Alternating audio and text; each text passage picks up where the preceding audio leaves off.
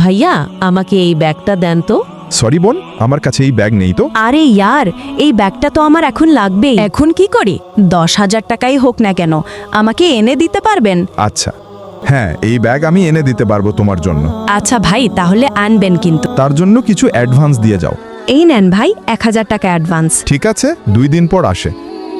ভাই, ব্যাগ লাগবে নাকি আপনার?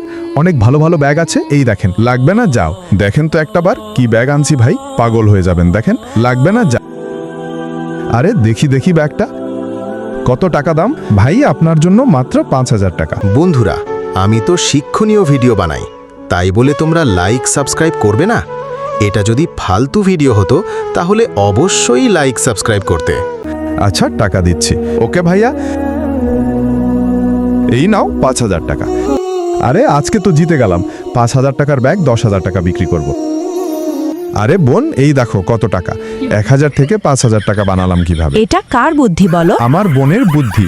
তাহলে চলো এখন দুজন মিলে হোটেলে কিছু খাওয়া দাওয়া করি। আচ্ছা চলো বোন। ভাই বোন মিলে বোকা বানালো দোকানদারকে।